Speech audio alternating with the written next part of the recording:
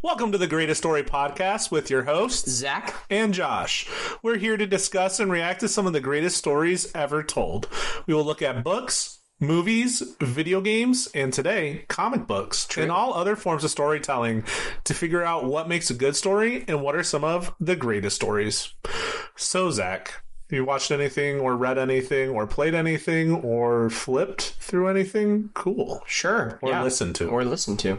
Yeah. Lots, but I will narrow it down to I'm rewatching Andor right now, the Star Wars TV show on Disney Plus, and it's a really quality show, kind of a noir, detective, Rise of the Rebellion, secret spy-esque kind of show with a Star Wars twist, and it's really, really good. I recommend it to anyone who wants to check it out.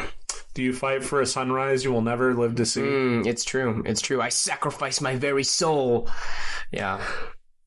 I was trying to think of another one. What's Nimic's little manifesto? It's basically like... a surprise from above is never as spectacular as a surprise from below.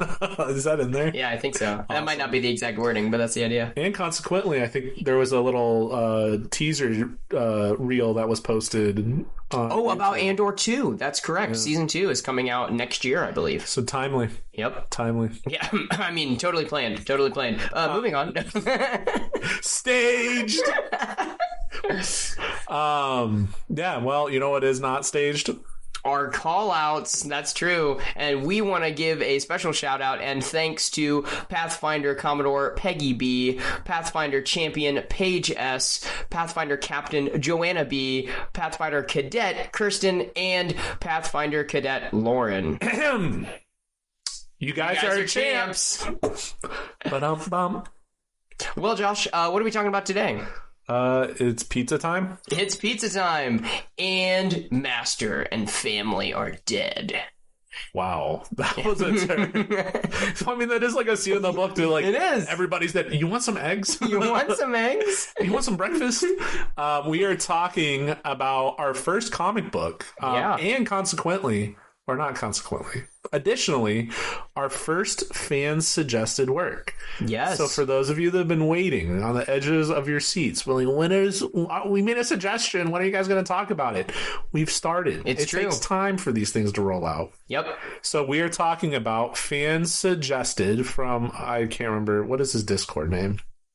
Hang on. Red something. Red Arrow? Red Arrow. But, like, he likes Green Arrow, so that's confusing. I don't know. He knows who he is. He knows, yep. Red Arrow something or another. You can find him on Discord. Yep. You can prove us wrong. Find him on Discord. You can say thank you for recommending this. Yeah. Last Ronin. Yep. Or The Last Ronin? I think it's just Last Ronin. Teenage Mutant Ninja Turtles. Last Ronin. Oh, The Last Ronin. So, yeah. Yeah, there is a the in there. That article adjective. Yeah. Well, that wasn't very clear. Nope. But is the plot clear? Well, kind of. I mean, it's pretty straightforward. I think so. It's just a revenge arc. Yeah. Well, that's really what it is. Yeah. He's saving the city, which city? What city? Should we spoil? I don't know. No, we're not there yet. Okay.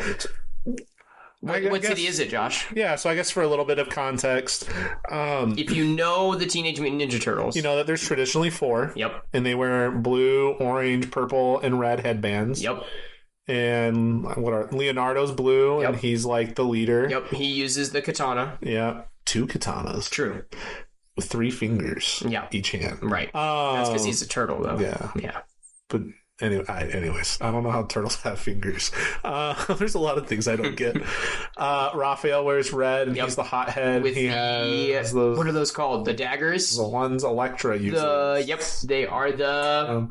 not nunchucks. Zac will... Editing Zac will figure that out, yeah. Editing Zac here. The daggers Raphael uses are called sais, a Japanese truncheon. Our resident AI. Yep. Donatello wears purple and he has the bow staff. Yep. And then Michelangelo wears orange. Yep. And he has nunchucks. But all this is irrelevant because they're apparently 3 out of the 4 are dead. They're dead. And it opens with one wearing a black mask. Yep. Carrying all the weapons. Yep. Which means one of them survived and took up the weapons of his fallen brethren. bros. Yeah.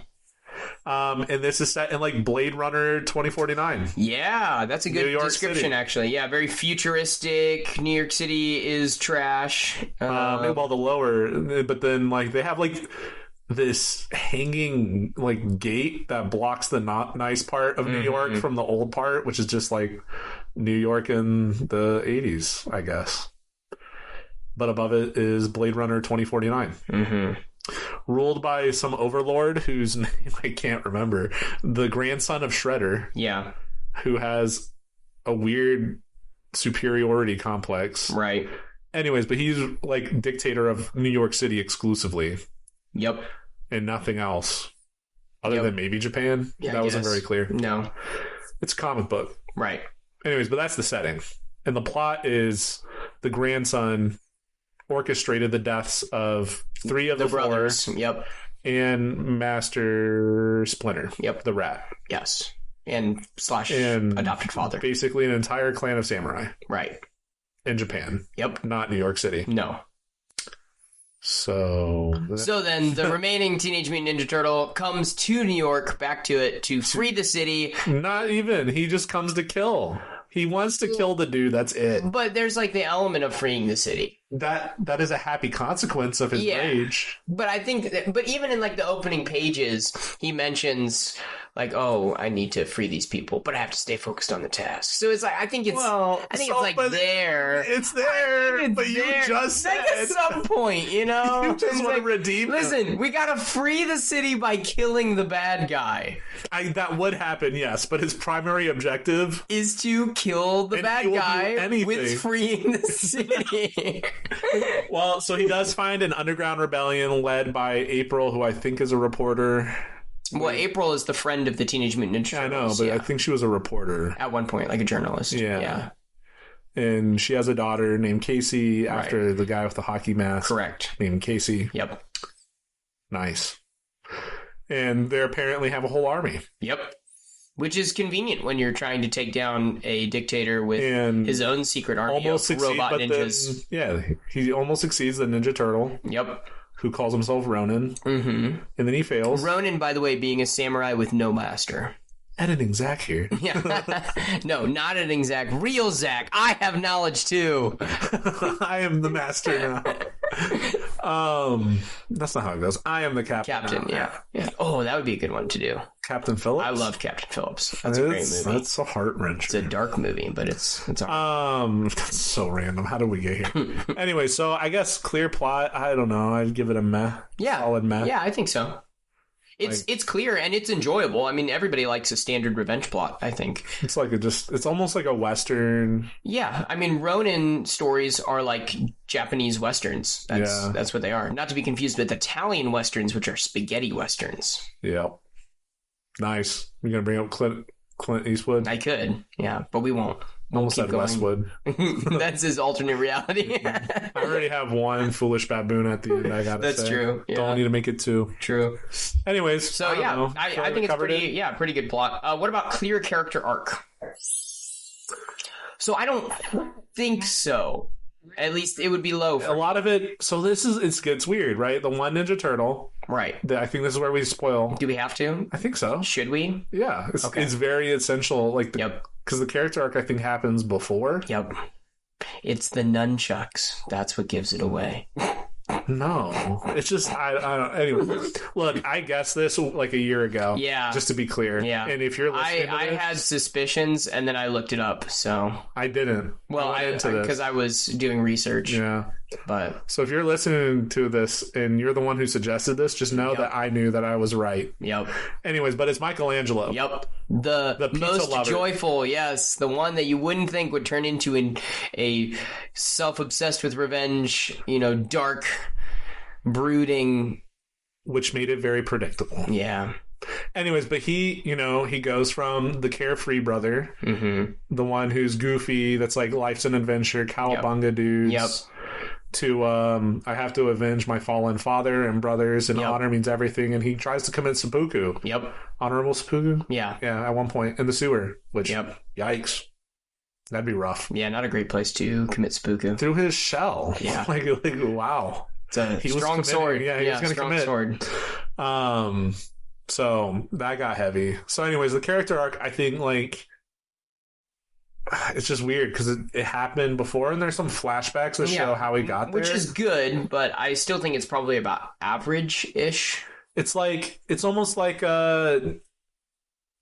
we know that you became this, but stop it. Get some help. Yeah. Family's important. And you still have a cousin, basically. Right. And yeah, you meet more people as the story goes on. Yeah, like he apprentices Casey Jr. Turns out she's a mutant too, which was like, what? Sure. Your dad and I hung out with some grown turtle men because we hung out with them. Apparently the radiation was connected. And when we formed you, you became a mutant in my womb. And that made sense. Yeah. Science. Yep. Comic book science. But he becomes her master, right? So, like, that's kind of a small... That's a relationship, yeah. Like, he goes from the one with no master to purposeless to being sure, a master. Yeah. So you could argue for a character arc. It's just... I mean, like, it's hard, right? This is our first comic book. Mm-hmm. And so, like, I'm trying to be fair. And comic books are different, but we're still talking about the story.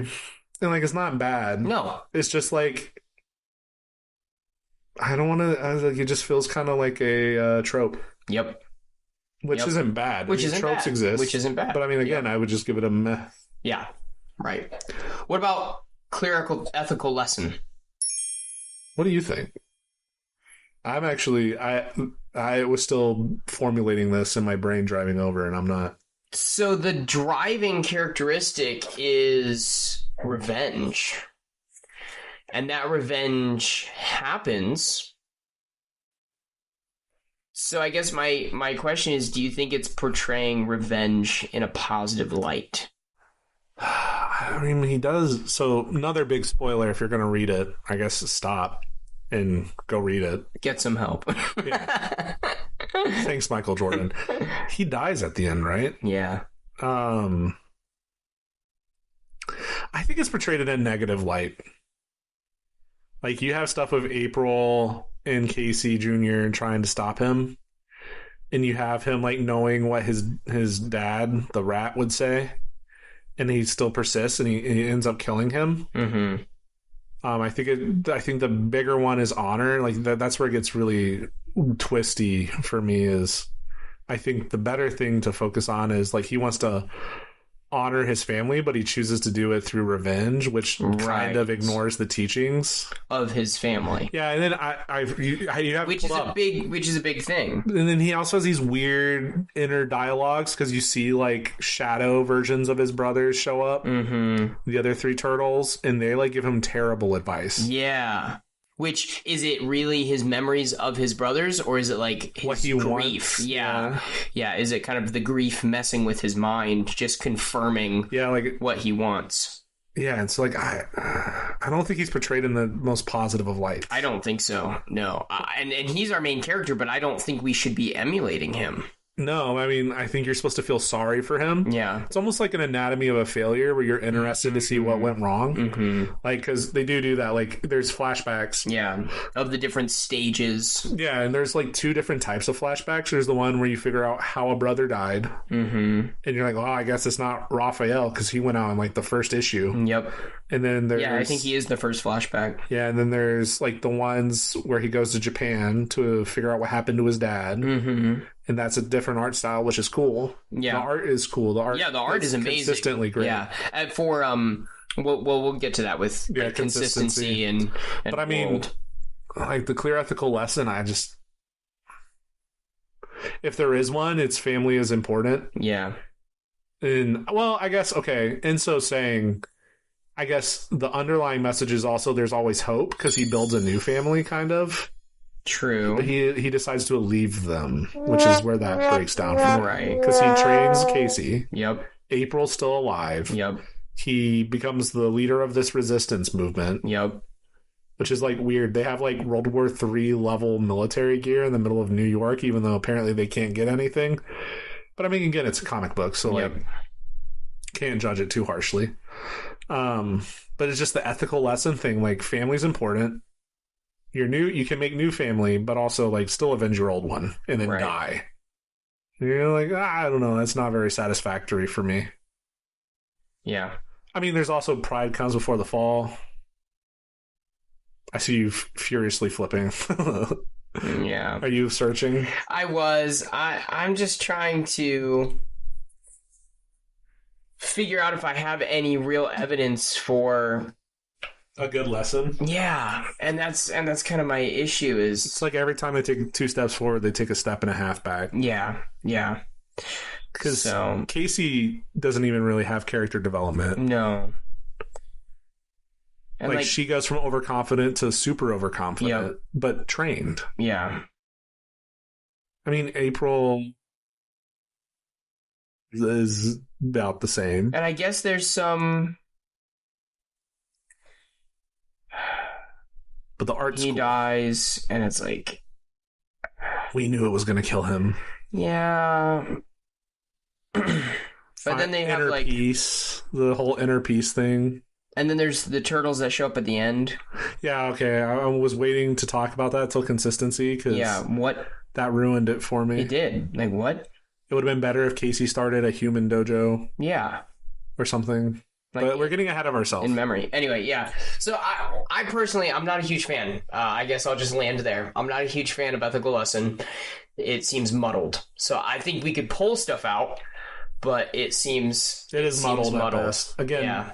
I'm meh. Revenge, family, somehow connected, and it's up to you to figure out that connection. Yeah, and it's hard, right? Especially depending on your worldview, because like some people really follow turn the other cheek, some people don't. Yep.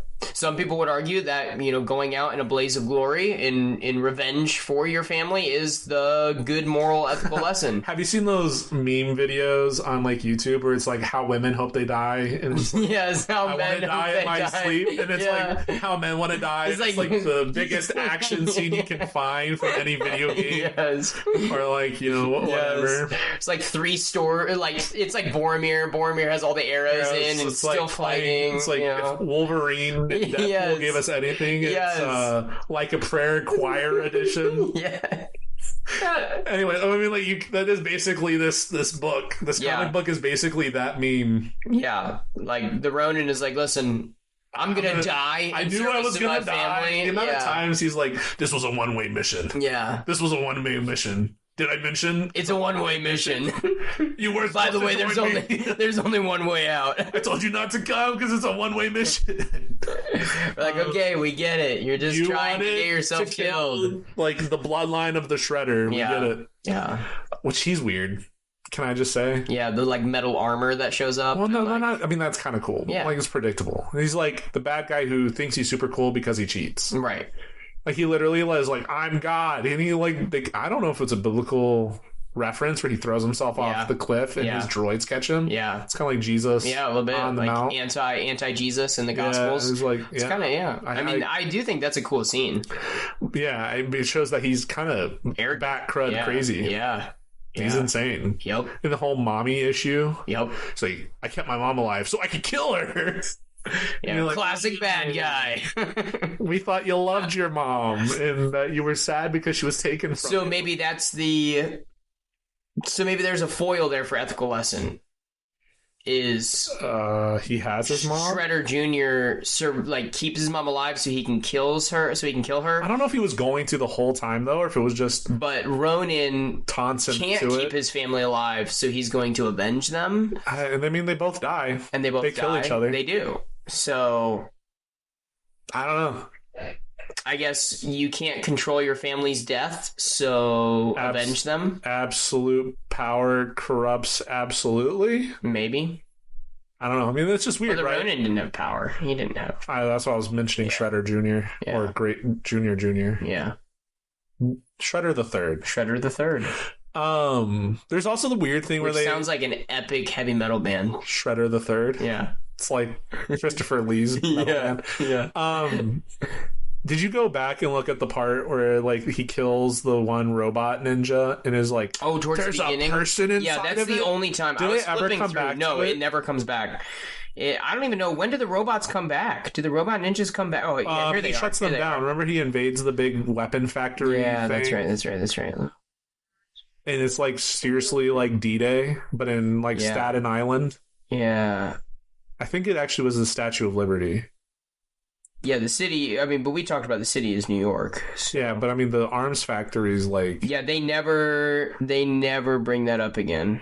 Yeah, so like in the very first issue... Do we want to get to that, though? That's kind of consistency. Yeah, sure. Okay. I mean, it's kind of ethical lesson. I guess. Because they bring up the Because they bring it up, yeah. Like, he's questioning his morality because he thinks he's just fighting a battle droid. Right, and then he kills the droid. And there's a dude... It's like part of a dude's face that's revealed. It. Yeah, so it's like, is it a cyborg? Is it a man in a robot suit? So when he's ninja-ing, like, literally countless of these ninja things. Yeah. Are they people? Are they not people? Well, it's just kind of weird because he's like, oh, is that a human under there? And then the next scene is, let's chop off 3 heads. Yeah. Like, anyway. Yeah, anyway. So I got back to slashing. So I killed a whole bunch. There I was, surrounded. Not with my katana, if they could help it. Yeah. So I mean that's just, it was just weird. And that's like the muddying. Like that could have been a really cool arc. Yeah. But yeah, like wrestling with the morality or what if he beat Shredder because they turn on Shredder Jr.? Yeah. Like what if that would be cool, right? If he like convinced them, and then that would have made the ethical lesson not so much about revenge, but about hope and not even getting more people like to recognize life. Maybe not even that far, but justice. Yeah, justice. Or anti-slavery. Yeah. Both of those would be good ethical lessons. Yeah. I mean, I guess they do have like the whole poverty versus the upper class, the bourgeois. Sure, the kind of revolution mindset. That takes place a little bit. Yeah. I don't know. Yeah. I'm not super thrilled on this one for ethical lessons. Right. But what about clear conflict and resolution? Yes. Yeah, I think so. I think it actually does well at this. Yeah. He wants to kill Shredder Jr. Yep. He kills Shredder Jr. He does. Yep. And there's a lot of other things that take place as kind of side to that. The rebellion gets in and has their part there. They overthrow the city. He finds Casey. Casey becomes the new master. Starts her own dojo with little baby turtles. So April gets a healthier relationship with her daughter. Yep. So I think there's a lot of conflict and resolution, which is pretty solid actually. And I think that's what makes it an enjoyable read, even if the ethical lesson is and the character development is struggling sometimes. The conflict and resolution is so clear that okay, this is a story, this has plot points, it has developed, and there's a conclusion here. So I think it's really solid as far as that goes. I agree. I don't know if there's much more to say to it. Much more to add to that, yeah. What about engaging and relatable characters? I think they're cool characters with cool art. Yes. I don't know. I mean, like, this is where, like, if I'm being objective, I think there's more. I just subjectively, like, I have trouble with Ninja Turtles. Sure. Like, maybe I need to go back and rewatch the old 80s ones, but, like, they did the whole thing where Shredder goes to Japan for a fake peace summit. He comes out with, like, a clan, and they're like, hey, Shredder, or not Shredder, hey, Splinter, you're one of us. And I'm like, he's a giant walking rat. Yeah. His son is a turtle. Right. How is he a samurai? But he's a ninja. But he's a ninja. Anyways, that's consistency. Yeah. But I think the most engaging part of Michelangelo is like you do have to contemplate like what if all your friends were dead? Yeah. And like it deals with what would that do to you? Yeah, it's like classic survivor's grief. Yep. And, like, it's sad, but there are a lot of veterans who were in combat situations. Lost their whole squad. Or not even, like, just had a buddy. Yep. And then they end up grappling with despair and grief to the point where they,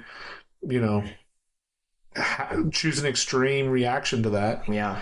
And I think Michelangelo, basically, he's just wrestling with survivor's guilt. Yeah. So, like, can I relate to that? No. Less, yeah. Can I appreciate that and empathize with it? Yeah. Yes. Yeah. Mm-hmm. And I think that makes his actions like kind of tragic. Like this is very clearly if there are only two types of stories, tragedy and comedy. Yep. This is clearly a tragedy. Yep. No, I agree. And I think that does make him relatable, right? And engaging. And we talked a little bit about the Ronin trope as being very popular right now in storytelling, of a person who loses their master and goes on this quest for revenge. And so that trope can make a character seem less engaging, but I think that Michelangelo does become a relatable character as he's dealing with this grief. The problem is I don't know if there's any others. Yeah, because I mean, like, I don't really think Casey's character is all that engaging or relatable. No, and they do that weird thing again where they make her a mutant. Yep. And you're like, that was dropped, I feel like, in the last, there's what, 5 issues? Yeah. 6 issues? It was dropped in, like, the last one. Yep.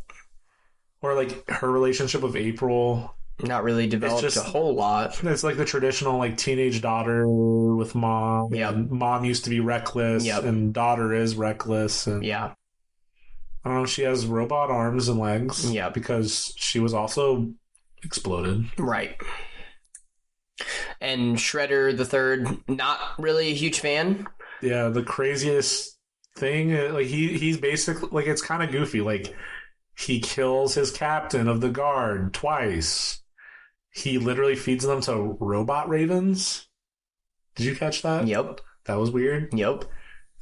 He jumps off a building, yeah, because he can. To be caught by his droids. Yep. And it's just like, when villains are that over the top, I think it's less engaging. Yeah.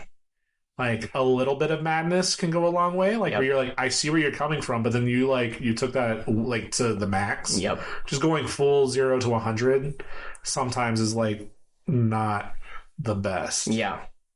At least in my opinion. Yeah. Unless you're going to be, like, full-on mystery. Right. Like, Darth Vader, I guess, is like that. But I wouldn't say Darth Vader is the most engaging character in the original trilogy. No. He's just cool, though. He's cool. He's menacing. He plays the role of the villain. But they make it's the redemption that makes him... Correct. But then it's episodes 5 and 6 that make him iconic and relatable. Do you mean, because I am your father? Exactly. Yeah. Yeah, and then you go 1, 2, and 3 that build up the tragedy. Exactly. So that's kind of the depth that is created. So I don't know. Maybe they need to do a whole comic on Shredder Jr. Yeah, there you go. Yeah, how did Shredder the Third become Shredder the Third? Yep. I mean, they show that his mom... A little bit. His mom gets killed. Not his mom. His dad. Raphael kills his dad. Yep. They do the whole blood feud clan thing kind of well. Yeah. It's just like they didn't... It would have been cooler if it was like a Fire Nation thing where he was like Zuko. Yeah. And I think they were trying to hit on that where he like... his dad's like, you'll never be ready. Yeah. And then all of a sudden his parents are dead or incapacitated and he has to be ready. Yeah. I feel like that would have gone a long way. Yeah. Instead of just being like, I hate turtles. Right. And I'm going to stab them in the back. We're going to commit every war crime imaginable. Yep. Yeah. Yeah. Yeah, so I think Ronin is good. I'm not super impressed with all of the other characters that are there. But what about Captivating World? So for me, this is better because you don't like this one as much. So I think the artwork brings me in. I think I can understand that blood feud that you said they did well. I can get that. I can understand that. That's a historical thing that I can really be brought into. I also think that the whole class difference, right? That disparity, it's a very real thing, and so I'm brought into that captivates me, and I can feel that world taking place. Okay, all right. I think that a lot of the kind of, it's almost like post-apocalyptic, but also futuristic kind of elements of the city. Mad Max. Yeah, Mad Max meets Blade Runner. Yeah, that's a good way to put it. And so I think that's appealing. I think that's kind of cool. They do some good things there. I don't know if it's the best, but I enjoyed it and I was brought into it. I mean, I'm not saying it's an F. Yeah. I will say, and this is definitely a personal preference, I really don't like it when something like the entire Marvel universe happens on Earth. Like, in the way we know it. Like, DC does this better where it's like, oh, yeah, that's Earth. But then they have, like, Metropolis or Gotham. And you're like, oh, okay. Like, it's Earth, but it's different. Like, you can suspend reality. When they're like, this is New York City. I'm like, well, I've been to New York. And, like, when they have the lower section of New York, that's believable. But, like, the whole... We have a literal city on top of a city, and there's, like, a laser gate protecting it. And Michelangelo, like, runs through it with a motorcycle or something. Well, no, he runs with a motorcycle, captures a flying cop car, takes the flying cop car, rams it into the floating fortress base. Yep. And then falls. Yep. If I remember right. Yep. So, I mean, it's just like, I don't know. That part's kind of like meh for me. It would have been better if it was a different city. Yeah. Or more of like a made-up city kind of thing. Yeah, but I think they use New York because that's what it is in the original. Yeah, I know. Teenage Mutant Ninja Turtles. So it's that connection there. The whole, like, the things are cool. I wish they fleshed out a little bit more. Mm-hmm. So, like, the blood feud, I'm like, well, what is Shredder? Not right. How did the feud start? Yep. Like, can we get more detail on that? Yeah, and I know, yeah. and I don't want to see any crazy YouTube comments or anything where somebody's like, well, they explained that in the whole CW cartoon. Like, I get it, but like, we didn't watch that. We did not go that far in preparation for this comic book episode. You could have given us like one page. Yeah. Of like 1,000 years ago. Yep. And then another page where it's like how Shredder and the Turtles are part of this clan. Like, that was jarring for me. Yeah. Yeah, no, I think that's good. Yeah, I think that's good. So again, it's good.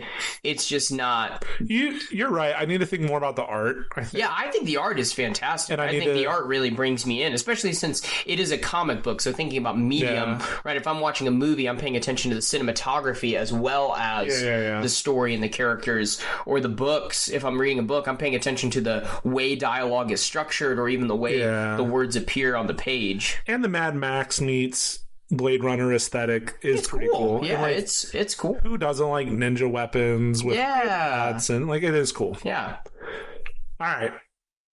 Good. I'm glad I won you over a little bit on that one. All right, what about consistency? This is where it's hard, right? It's a comic. It's a comic. It's a comic. So I think that comics can still be consistent. I just don't know if this one does it. Well, I feel like there are two types. Thing. Like the turtles showing up at the end. Where did the turtles come from? Oh, so like the very last image is Casey Jr. has 4 baby turtles. Yep. And so she's the new Master Splinter. Yeah, and she's the new Master Splinter, exactly. And she's like, I can't wait for you to grow up so that I can teach you all these things. And I was like, well, one, like 2 weeks of training. And okay, I'm Rey. Rey Skywalker. Yeah, exactly. All right. Okay. You sure have a lot of power, but you've had like 4 weeks of training. Whatever. What's up, guys? I'm a mutant, like you. Like you. Yeah. So. Hello, fellow kids. Hello. Yeah. So. Also, that's jarring for me. I don't like it when people step into situations and there's not even an explanation of why they are the way they are. Well, it's like... Right? Like, I think the best stories are when you see people grow. Like, you mentioned Zuko at one point in Avatar: The Last Airbender, and he goes and becomes the Fire Lord, which is crazy considering his whole backstory. But you see that develop throughout the show until you're like, wow, he is such a great leader. And you're like, oh, well, that's because it's shown us how he has grown. Yeah, exactly. Yeah. So I appreciate that. Uncle Iroh was there. Yeah, Uncle Iroh. Yeah, exactly. So I appreciate... T makes everyone a good leader. You heard it here first. You heard it here. Put it on the next sticker. But maybe. Right. But anyway, I think it's better. Not that you can't have a situation where someone steps into that new role. I just think you need to explain it a little bit more. Yeah. And so I don't know if this one does. We mentioned earlier the robot humans. Are they robot humans? We don't know. I feel like it was like a shock value. That, or like they were like, oh, it'd be cool. As if they had human faces. And then they got too far in and they're like, we're not doing that. Oh, well. Yeah. Like, and then they just kept it in there instead of taking it out. I'd be interested if they, like you can't have deleted scenes. Yeah. But I'd be interested if there were story beats that were unused. It could be where they had done more with robot, cyborg, kind of ninja human things. And so I think that would have been better if they had spent more time on that or if they had just taken that out in general. Yeah, and then there's the whole thing where Michelangelo gets to Japan and just sits in the snow. Yeah. And then gets wailed on. Yeah. And he's like, I guess I'll go back to New York. Yeah. I feel like it would have been better if... Like, was it a punishing thing? I mean, they get into it a little bit. Yeah. He does say, like, he's like, I deserve to die. Yeah. And then he has his grief buddies show up. Yeah. And they're like, what if you killed Shredder Jr.? Yeah. The third. Yeah. Anyways, I mean, on one hand, I'm like, it's a comic, so like I feel like inclined to take whatever grade I would give it and then round it. Because it's like, it's not supposed to be. I don't think comics aim to be consistent. Sure. Unless they purposefully do. I don't know. I think like, comics can still be consistent. There's the Batman. A lot of Batman comics are pretty consistent. Yeah. But they're also, like, I think made more. I don't know. This is actually a pretty dark comic, too. So. Mm-hmm. This is a dark comic, yeah. Yeah, I've read both. I've read like goofy comics and I've read like super serious. Right. Like most of the comics I've read obviously are probably Star Wars related. So you got like Jackson the Rabbit on one hand, versus like Darth Maul, Son of Dathomir on the other. Yeah. Two very different types of comics. Yeah. So I guess it's just meh. Like there's just a lot of stuff that doesn't add up. Like where did the army come from? Yep. How do they, if everybody's so watched, how do they recruit, like... Yeah, so many people to join this army. Where do they get their weapons? Yep. And it doesn't have to be big, right? Just a panel of April helping smuggle weapons. Yep. Or, yeah, it would have been fine. Yeah. Michelangelo giving a speech kind of like Kelsier and Mistborn. Mm-hmm. Yep. Getting people to rally. Actually, this has a lot of Mistborn vibes. It does, actually. Kelsier is kind of the same thing. My family is dead, and my wife taking revenge. Maybe betrayed me, maybe didn't. Yeah. I'm taking revenge, even if it kills me. Yeah. I'm going to become a god. Yeah, exactly. Which I guess Michelangelo kind of does in his own way. In his own way, I guess. Maybe not God, though. He becomes like a saint. Yeah. Oh, yeah, he does kill a god. Yeah, taking down, like a saint taking down the devil kind of thing, maybe. Yeah. But interesting. Anyway, so yeah, that's kind of where we get. So you can tell, like, again, enjoyable. The artwork is beautiful. I think it's worth a read even just for the artwork. But as far as some of those other elements like consistency and character, I think it falls a little bit weaker, whereas like captivating world and clear plot and clear conflict and resolution is a little bit higher. So with all that being said, Josh, where would you put it? I think if you're a big fan of TMNT, Teenage Mutant Ninja Turtles, this would probably be great. Yeah. Right? But I don't know. I'm like hovering like anywhere between D plus and C average. That's exactly where I am. Yep. I'm like somewhere in there. I think if I'm being charitable, it's like a C plus. If I'm being realistic, it's like I'm going D. Yeah, I'm going D. You're going D? Yeah. I think I'm going to go C because it is a comic. And you want to meet in the middle at like C minus? Yeah. Okay. So we'll say like C minus, which on our tier chart we'll just rank as C. But yeah, which I owe you a tier chart, everyone. True. Yeah. I don't even know if I put out one yet. Yikes. I'll own it. We'll get on that. Yeah, I also got to own. We'll probably get a thrashing from editing Zach, but it's fine. Well, is a foolish. We'll just add to it. Is a foolish baboon. Yeah. Last episode, when we talked about the Batman, I was talking about Robert Pattinson. And there's this funny thing, and if my wife ever hears this, she'll probably laugh because I do this at home, where I call him Edward Pattinson, and you would think it's a joke, but no, it's not. That's actually my brain, unintentional. Yeah, my brain literally puts in Edward from Twilight and Pattinson, like that is who he is. That is who he is. He's just a vampire in real life. That's foolish baboon here. It's Robert Pattinson. Robert Pattinson. And I think it's more embarrassing because I think we said we would have him on the show. Well, then we're not beholden to that because it was Edward. Yeah, he's not a real person. Gotcha. Well, I mean, Edward Pattinson probably exists somewhere. Nope. Okay. Fake news. Yeah, so we're going to go with C, and we'll have that new tier chart coming at some point. Just want to give you a reminder to sub on Patreon and also to share us on Instagram and Facebook, and also to subscribe on YouTube and Spotify and Apple Music and all the places where you listen to the podcast. It's a huge help, and we need you if we are going to grow and continue to get this great and amazing content out there to all of our listeners.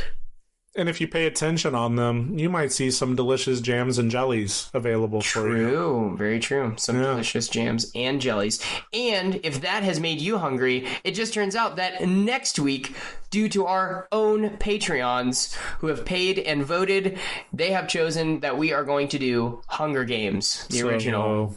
What are we talking about next week? Hunger Games. The 22nd annual Hunger Games. May the odds ever be in your favor. There we go. Absolutely. Well. Cue the music? Cue the music. Boop, boop, boop, boop, boop. I can't do the next part. Boop, boop, boop, boop. Is that it? Yeah. But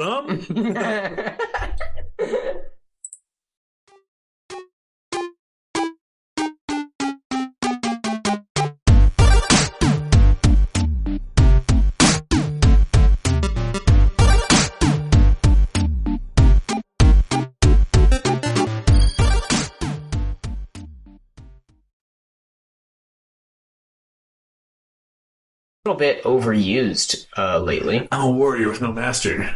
That's a common trope now. That's a common trope. Yes, it's a common trope.